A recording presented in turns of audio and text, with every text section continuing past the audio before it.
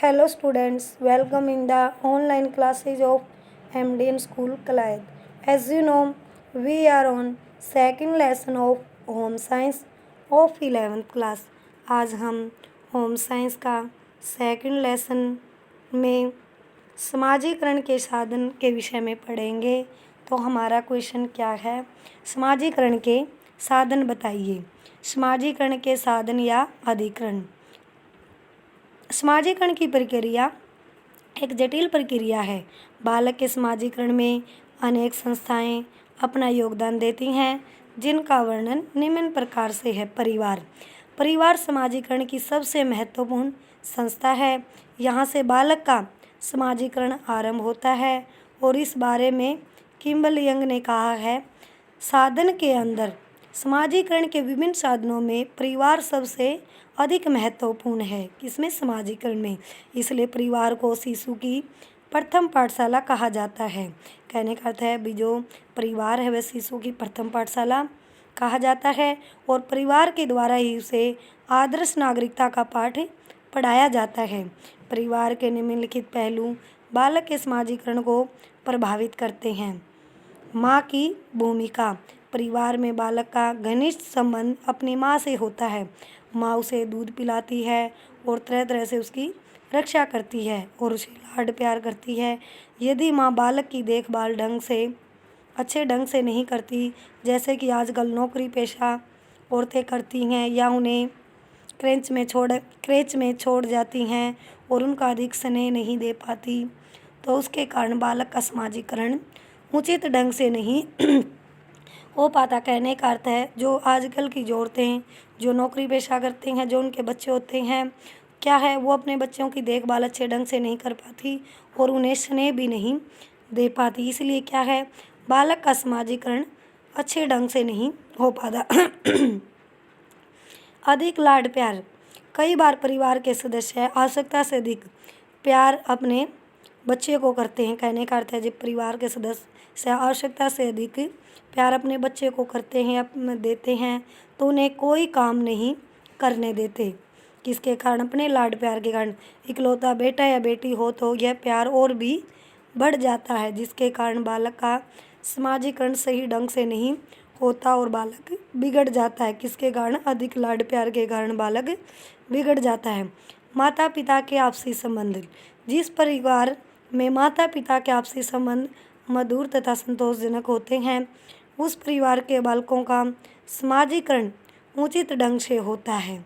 इसके विपरीत जिस परिवार में माता पिता आपस में लड़ते झगड़ते रहते हैं, उनके संबंध तनावपूर्ण होते हैं, तो इसका विपरीत प्रभाव बालक के समाजीकरण पर भी पड़ता है और उनका समाजीकरण विकृत हो जाता है, क्योंकि आपसी तनाव के कारण माता पिता बालकों पर अधिक ध्यान नहीं दे पाते। हेटविक ने 335 नर्सरी स्कूल के बच्चों पर अध्ययन किया है और पाया है कि माता पिता के आपसी संबंध ठीक न रहने से बच्चों में ईर्ष्या, भय, स्वार्थ, स्नेहात्मक अस्थिरता जैसे असामाजिक गुण विकसित हो जाते हैं। माता पिता का बच्चे के साथ संबंध। जब माता पिता बच्चों को उचित स्नेह देते हैं तो उनमें अच्छे सामाजिक गुण विकसित होते हैं, परंतु यदि बच्चे को अत्यधिक स्नेह और अति सुरक्षा मिलती है तो उनका समाजीकरण उचित ढंग से नहीं हो पाता। कहने का अर्थ है जब माता पिता बच्चे को उचित मतलब स्नेह देते हैं तो उनके अच्छे सामाजिक गुण विकसित होते हैं, और परंतु यदि बच्चे को अधिक स्नेह और अति सुरक्षा मिलती है तो उनका क्या है, ज़्यादा स्नेह यानी ज़्यादा लाड प्यार के कारण तो बच्चे का समाजीकरण उचित ढंग से नहीं हो पाता और वे पूर्णतः माता पिता पर ही आश्रित यानी निर्भर हो जाते हैं।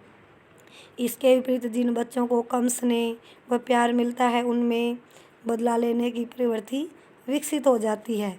ऐसे अधिकांश बालक बाल अपराधी भी बन जाते हैं। बालकों का अन्य संबंधियों के साथ संबंध। बच्चे के परिवार के अन्य सदस्यों जैसे दादा दादी, चाचा चाची, ताऊ ताई आदि के संबंध कैसे हैं, ये भी बालक के समाजीकरण के महत्वपूर्ण ढंग को प्रभावित करते हैं। हमारा सेकंड हेडिंग है परिवार की आर्थिक स्थिति। परिवार की आर्थिक स्थिति भी बालक के समाजीकरण को प्रभावित करती है, क्योंकि प्राय ये देखा जाता है कि आर्थिक स्थिति ठीक न होने के कारण बालकों को वे सुख सुविधाएं नहीं मिल पाती। कहने का अर्थ है जो परिवार की जो आर्थिक स्थिति है वो सही ठीक न होने के कारण आर्थिक स्थिति उसके कारण क्या है, बच्चे को वो सुख सुविधाएं नहीं मिल पाती। किसके कारण? आर्थिक स्थिति ठीक न होने के कारण। जो एक अच्छी आर्थिक स्थिति वाले परिवार में पल रहे बालक को मिलती हैं वो सभी, जिसकी आर्थिक स्थिति अच्छी होगी उस परिवार के बच्चे को वो सभी सुख सुविधाएं मिलती हैं और अतः उसमें सहनशीलता, परिश्रम करने जैसे गुण भी विकसित हो जाते हैं। परिवार की बनावट। साधारणतः परिवार दो प्रकार के होते हैं, संयुक्त परिवार, असंयुक्त परिवार। ये दोनों तरह के परिवार समाजीकरण को अपने ढंग से प्रभावित करते हैं। संयुक्त परिवार के बालक प्राय सहनशील, सहानुभूतिपूर्ण, कम स्वार्थी होते हैं, परंतु असंयुक्त या छोटे परिवार के बच्चे अधिक स्वार्थी होते हैं। खेल समूह। बच्चों के सामाजिकरण की दृष्टि से मित्रों का समूह एक महत्वपूर्ण प्राथमिक समूह है। बच्चा थोड़ा बड़ा होने पर घर से बाहर कदम रखता है तो उसका संपर्क अन्य बच्चों से होता है, वो उनके साथ खेलता है और ये बच्चे अलग अलग धर्मों के होते हैं। उनके व्यवहार के ढंग, रीति रिवाज, रुचि, स्वभाव आदि भी अलग अलग होते हैं। बच्चा इनके बीच खेलता हुआ खेल की भावना, दूसरों के नियंत्रण में रहना, अनुशासन का पालन करना तथा मिलकर काम करने की आदत को भी सीखता है। अतः खेल समूह भी समाजीकरण को महत्वपूर्ण ढंग से प्रभावित करता है।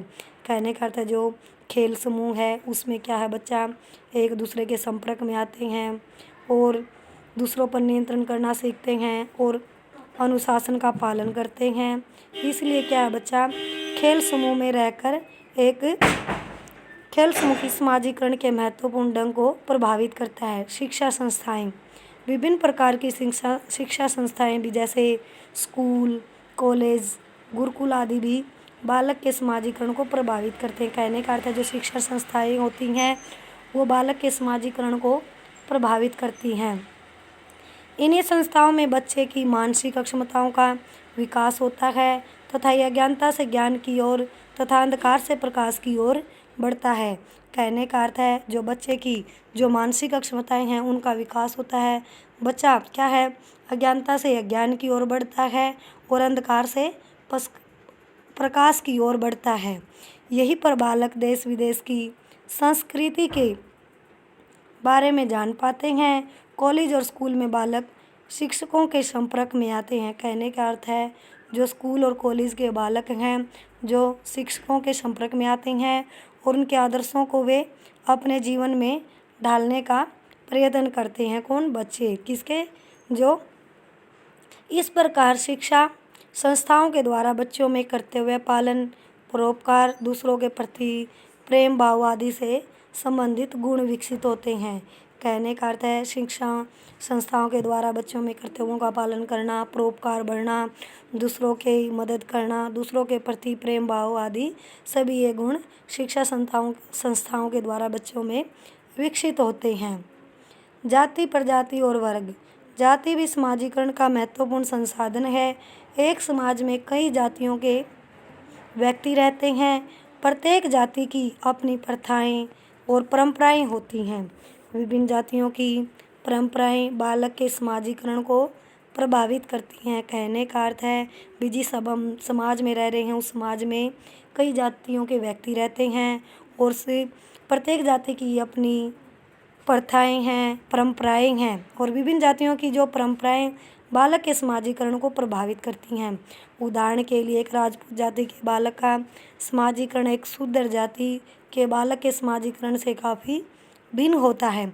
इसी प्रकार वर्ग व्यवस्था भी व्यक्ति को एक सामाजिक स्थिति प्रदान करती है जिसके आधार पर बच्चों में वर्ग चेतना पनपती है और व्यक्ति के सामाजिक संबंधों का दायरा निश्चित होता है। विल्सन ने लिखा है कि व्यक्ति के जन्म के प्रथम दिन से लेकर मृत्यु तक उसके समस्त कार्यों पर जाति प्रथा का नियंत्रण रहता है।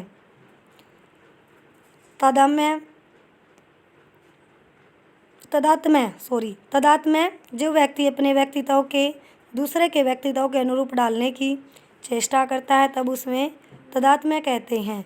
बच्चे भी अपने परिवार, आसपास के लोगों, नेताओं आदि के तादात्म्य स्थापित कर लेते हैं और उनके सामाजिक रीति रिवाज, आदर्श व्यवहार आदि को सीखते हैं। उसी तरह समाज से तादात्म्य स्थापित करें और समाज की मान्यताओं को जीवन भर हर क्षेत्र में अपनाते हैं। इस तरह समाजीकरण में तादात्म्य काफ़ी महत्वपूर्ण है। प्रशंसा तथा निंदा।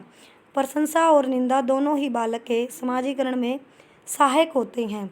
बालक उस काम को सीखने में अधिक रुचि दिखलाते हैं जिनमें उनकी प्रशंसा की जाती है।